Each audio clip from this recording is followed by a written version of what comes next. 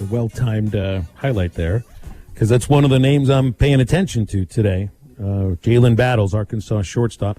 Guess I'd be surprised if he comes back because he's such a toolsy player. I feel like he belongs in professional baseball, but he's kind of been a little public, at least on social media, at the idea of 50-50 coming back. I think you get Battles back. It'd be a great thing. Let's talk about this and other stuff involving the Major League Baseball draft with Matt Jones from the Democrat Gazette and Whole Hog Sports, Hogs Illustrated.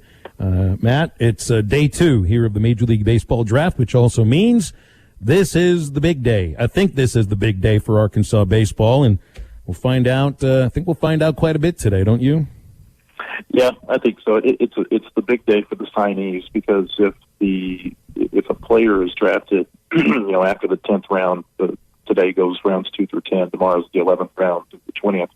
If they're drafted after the 10th round, they can't be given a signing bonus of more than $125,000 without the team that drafted them, incurring a financial penalty for doing that. So this is going to be the day where, the big signing bonuses are available to high school players. And so from a standpoint of, watching for these Arkansas signees like Peyton Stovall and Braylon Bishop and, Evan Gray and some others, this is the day to watch.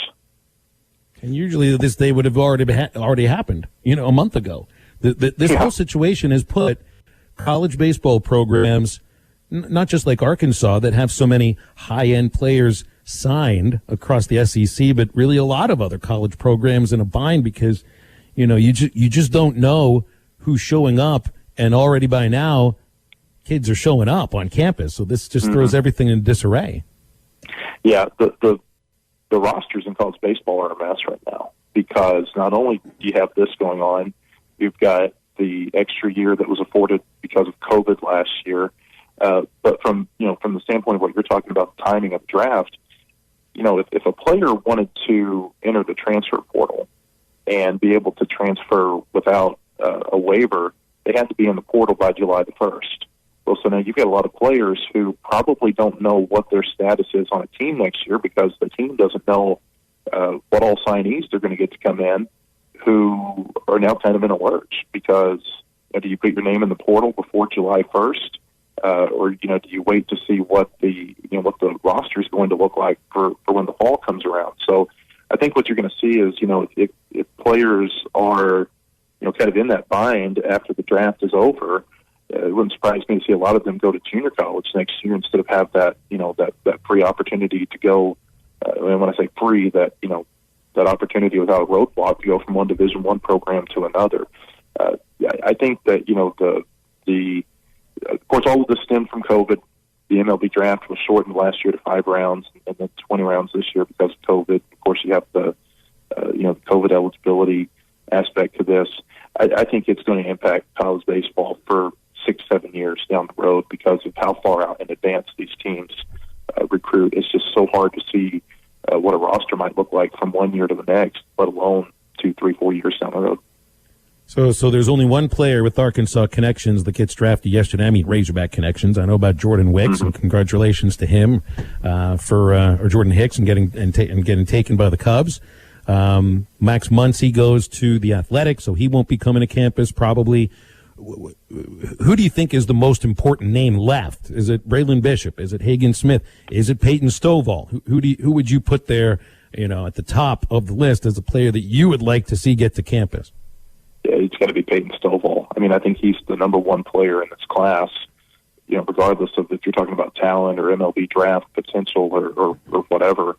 The talk has been there for several weeks that he would like to come to campus, that he has a high asking price, and that, there may be some signability concerns with him that would cause him to fall in the draft. Now, that doesn't mean that he won't get drafted today, and it doesn't mean that even if he gets drafted in the 4th, 5th, 6th rounds, that there won't be a lot of money that a team could potentially fork over to be able to sign him.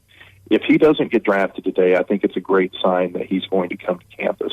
But there's still a lot of money that can be shifted around and utilized today.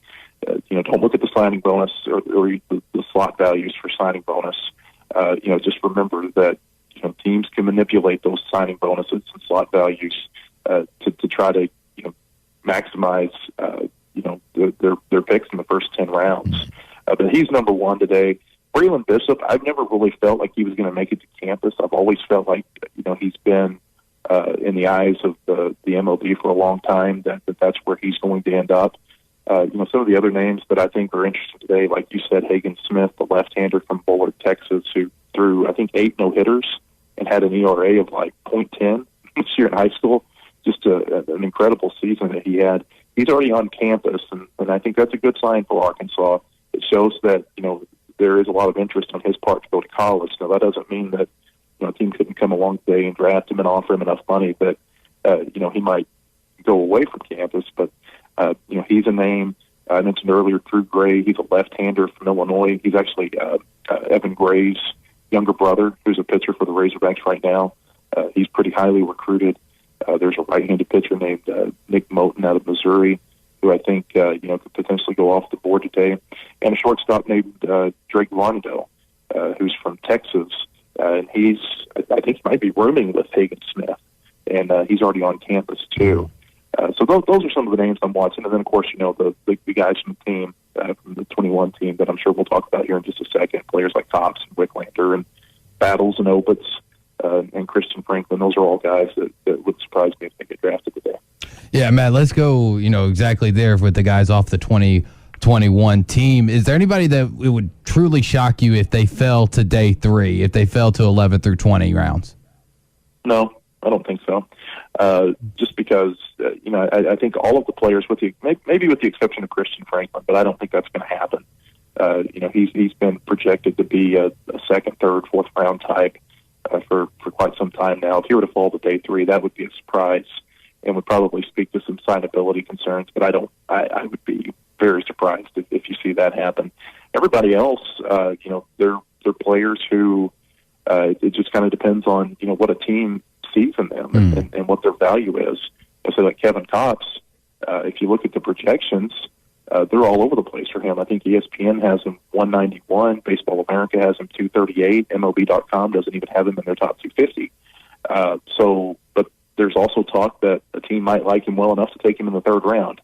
And so, I just think the projections are kind of all over the board for these guys that it wouldn't surprise me to see somebody fall to the 3rd day. We've mentioned all these guys who are on the, Baseball Top America or the Baseball America Top 500. There are a couple of other guys who I think are interesting to watch. I would be surprised if Matt Goodhart gets drafted just because, defensively, where do you put him right now? And, you don't draft players with the thought that they're going to be at DH for you. You draft them with defensive potential in mind. But a guy like Brady Slavens, he's interesting to me because he's only 20 years old. He's young for his class, but he is draft eligible. And he had the big power numbers this year at Arkansas, had the big power numbers a year ago before the season got shut down at Johnson County, the community college up in Kansas. Is he one that potentially goes off the board today? I think D1 Baseball has him rated as one of their top 150 prospects from college ranks. But the feeling I've gotten about Slavens is that there's a decent likelihood that he comes back for another season at Arkansas. So that's another name that I'd be on the lookout for today. What's your feeling on Battles? Because, Jalen, at least on Twitter, has said 50-50. I think he's incredibly toolsy. I think he's going to be a better hitter than he showed at Arkansas this year. I think he's a great shortstop. I think he profiles very well for a professional team.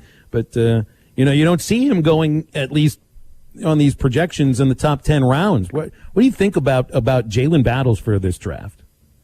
Well, if I'm not mistaken, Phil, correct me if I'm wrong, but he was a 3rd-year player this year, which meant that he had the COVID year back and he would still have leverage next year.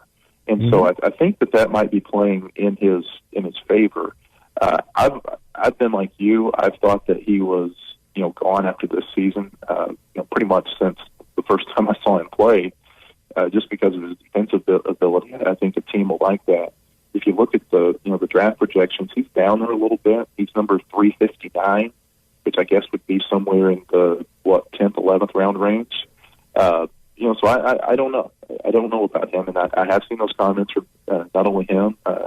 His dad, Fred Battles, is pretty active on social media too. I've seen where he said as recently as about a week ago that he thought Jalen was 50-50 in what he wanted to do. It'd be a huge deal for Arkansas if they could get him back. I know that because defensively, I just haven't seen a lot of better shortstops than him come through this program. Oh, he's been incredible, especially on the defensive side. Some of the things he was able to do this year, the shortstop position, was incredible. But, Matt, let's say today and tomorrow and this whole draft in general kind of plays out the way that most Razorback fans think it's going to play out, where the guys that we just talked about don't come back. And, most of the high-caliber incoming freshmen get drafted and decide to go. What's the biggest question mark for Dave Van Horn is concerning the 2022 season? What's the first thing you think he's got to accomplish before really setting his sights on next year? Well, I think they've got to figure out what their pitching is going to look like next season, because you lose Wicklander, most likely. You lose Cops. And you didn't have a great year from a pitching standpoint this year. I don't think it was as bad as some people made it out to be, because I just think they pitched differently than some teams did. And by that, I mean, you had Wicklander on Friday night, and then with Cops, you kind of pitched him backward, but he gave you starter-type innings on a weekend. And so, I thought Peyton Pallette was throwing really well before he got injured. But I think from a pitching standpoint, you lose a Lyle Lockhart. We've seen a lot of these pitchers go into the transfer portal, including Caleb Bolden, who gave them a lot of innings this season.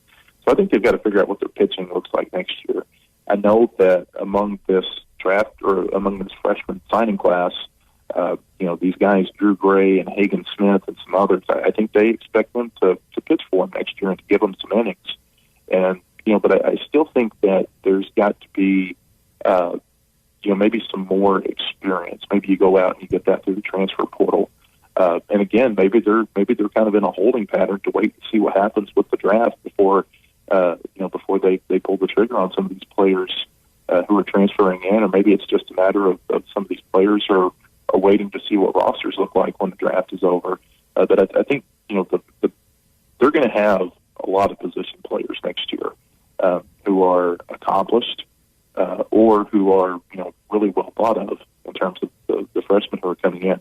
From a pitching standpoint, when you lose Wicklander and you lose Cops, who are the number 1 and 2 pitchers undoubtedly on this year's team, there's a lot of question marks there from the pitching staff that I think they've got to address before next year. I think you're right about the portal. I think it'll really blow up a little bit once this draft is concluded. But over the weekend, Jace, I don't know if I'm saying his name correctly, Borefin from OU, transferred over to Arkansas and will be eligible to play next year. Hitting .340 in the Cape on the Big 12 all-freshman team. Was the top player in Oklahoma when he signed with OU. Sounds like a pretty big get for the club. Yeah, I think so. If you watch him take batting practice, he looks like Heston Kjerstad. From a physical standpoint, that's what he looks like. I think Heston was about 6'3", 205. Jace is 6'2", 205. He's got kind of a similar, mechanism when he's swinging the bat. His leg kick is not nearly as high as Heston Kjerstad's was, but he's got a little bit of that, right leg kick that he puts down before he swings the bat, and he's got a lot of power in his bat. He went to Oklahoma. He's a legacy player there. His dad was a player for the Sooners in the late 80s and early 90s.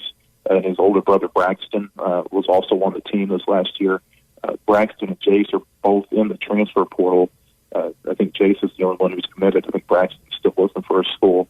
But from what I've heard, it basically came down between Arkansas and OU and maybe one other team whenever he was coming out of high school over in Moore, Oklahoma.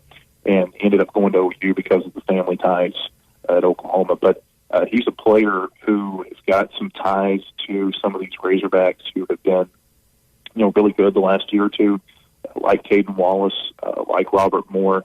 These are players who, have played in a lot of travel events together throughout the years. So I think that he'll come in and, challenge for a spot right away, probably in the outfield. And, yeah, I think that's a really big hit for Arkansas because that's a left-handed bat now that you can put into the lineup. Maybe with the Brady Slavens, and I think that's a really nice get for them. Matt, well, appreciate you jumping on, especially 15 minutes until the second day of the draft starts. It's going to be fast and furious, so enjoy the lightning rounds the next 2 days, okay? All right. Thanks, Phil. Thanks for having me on. You got it. That's Matt Jones. read about everything going on with this Razorback baseball team and the draft in Whole Hog Sports. Next few days, certainly over the next week or so. There's going to be a lot about it. Lunchtime coming up. If you haven't already eaten, make plans now to get over to Hardee's and get your hands on the new BLT Ranch hand-breaded chicken sandwich. Also, the BLT Ranch Angus Thick Burger. Hardee's BLT Ranch Summer going on right now. Celebrate the summer and feed your happy at Hardee's with locations in Fort Smith, Sallisaw, and all across Northwest Arkansas. More halftime after the break as we wrap up the first hour. 877-377-6963, the number for calls and texts. We are right back.